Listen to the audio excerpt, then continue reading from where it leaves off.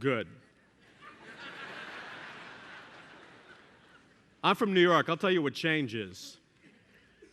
If anybody comes to you, this is not a political statement because both political parties, Republican and Democrat, are guilty of the same thing. And by the way, the same power structures that put in a Democrat president put in a Republican president.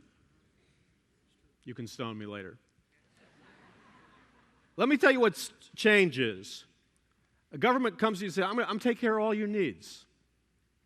All your needs, you don't have to worry about your mortgage. You don't have to worry about anything, man. I'm going to take care of everything.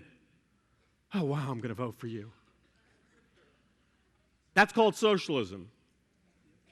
Now, I'm not a fisherman because I grew up in New York City, but I know something about fishing. I know this. You got a hook and you got bait, right? Right? Fish, I don't think, tell me, you guys are probably fishermen, they don't bite hooks, right? They bite the bait, the hook's buried in the bait, right? So socialism is the bait. The hook is total control. Socialism is the bait. The hook is total control. Well, what are you talking about, Paul? I'm for change. Yes, so am I. But let me give you a brief review of socialistic communist nations like Russia. There's no workers' paradise. 100 million people were killed. China, no workers' paradise. A wealthy elite. People work at slave labor. That's how come they can manufacture stuff so cheap. Socialism is the bait. The hook is total control. A very prominent leader, I won't mention his name right here, said he admired the communist Chinese society, and he said publicly, and this has been said numerous times, the goal is to merge the communist Chinese society with America because they like the total control aspect. That's the goal. Now, they had a problem after World War I. They wanted a global government. It didn't work. The problem was there were Americans in the United States of America who believed in God, who believed in the family, and who were patriotic. And therefore, the global government through the League of Nations didn't take off. So they said, in order to make this work, we have to enroll the religious people. We got to get them on board. We have to have a one-world religion before we can have a one-world economic system and a one-world government. And so there was a man named John Foster Dulles who was financed by Rockefeller.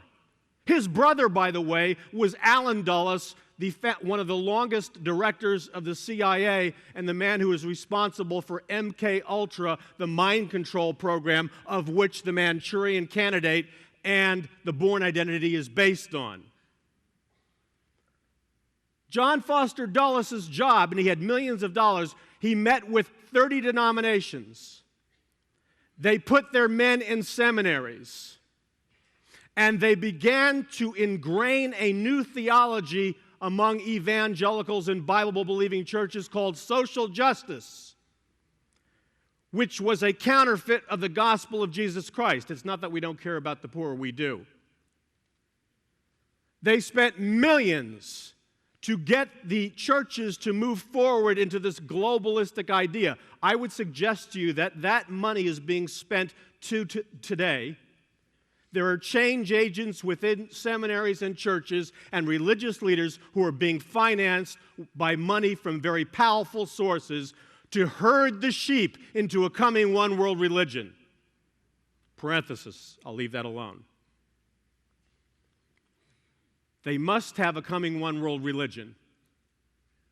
And so the Bible tells us that in the last days, there will be a great apostasy. We see that in our time. Evangelists go on television and say, there are many ways to God. Universalism, that's not true. There's only one way to God. Jesus Christ said, I am the way, the truth, and the life. No man comes to the Father but through me. How many more minutes do I have, by the way? 24. Thank you, because I can't read the clock here. Oh, okay. Just step back. Terminal ADD is very challenging. The coming one world religion. Many of the words, did you ever ask yourself where all these words came from, like tolerance and multiculturalism and diversity? They just floated up, and how many Christians use them? Nothing makes me want to barf quicker than when I hear somebody who has got a doctorate in divinity talking about multicultural and diversity like he's been programmed from the Rockefeller Foundation. Wake up! Words such as tolerance, do you ever notice what tolerance means? Listen, you all know what tolerance means. Tolerance means everything's okay, but Christianity, you're the extremist, the nut, right? Everything, you transgender, no problem. Who made the movie The Passion of Christ? Mel Gibson. Mel Gibson took a lot of heat for that movie, right? All Mel Gibson would have had to do was make Jesus a transgender. He could have kept the same script and he would have won a dozen Academy Awards. You know that's true. These words are mind control words.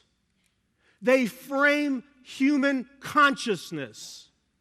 They put you on the defensive. Because after all, you don't want to be a right-wing extremist. These words were developed by social engineers. What is occurring in our nation is not the programming of one individual.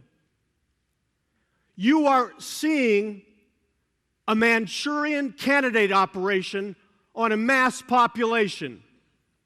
You are seeing a born identity operation on an entire population. Consensus building, diversity. These are mind control words. Well, Paul, you say, this is too far out there. I can't handle it. Tough. These words were developed by atheists, by people who hate, when I was doing research for the Day of the Dollar, I'm skeptical. I just don't believe stuff. I hear it all the time. I don't believe it. I always assumed, communism was a secular system, that it was not religious at all, right? I mean, that's what they told me in public school. And then I began to read about Karl Marx. Karl Marx was a Christian who backslid and became a member of a satanic church. The man who wrote the Communist Manifesto was not an atheist, he was a practicing Satanist.